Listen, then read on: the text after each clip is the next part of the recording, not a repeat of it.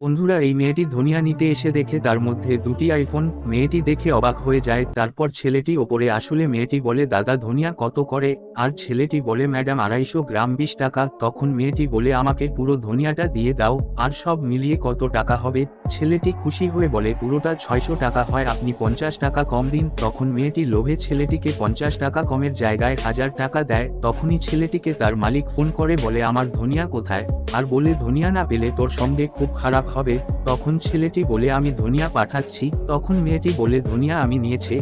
আর ছেলেটি, ম্যাডাম মালিককে ধনিয়া না দিলে আমাকে মেরে ফেলবে। তারপর মেয়েটি টাকা দিতে চাইলে ছেলেটি কথার জালে মেয়েটিকে ফাঁসায়। তখন মেয়েটি লোভে পড়ে 1000 টাকার জায়গায় 2000 টাকা দেয়। তারপর ছেলেটি আরও টাকা দেয় এই ধনিয়া নেওয়ার জন্য। তখন ছেলেটি মেয়েটির কাছ থেকে 50,000 টাকা চায়। তখন মেয়েটিও বলে, আমিও বড়লোক, বলে 50,000 টাকা দিয়ে ধনিয়া নিয়ে যায়। আর ছেলেটি মেয়েটিকে বোকা বানিয়ে খুব মজা পায়।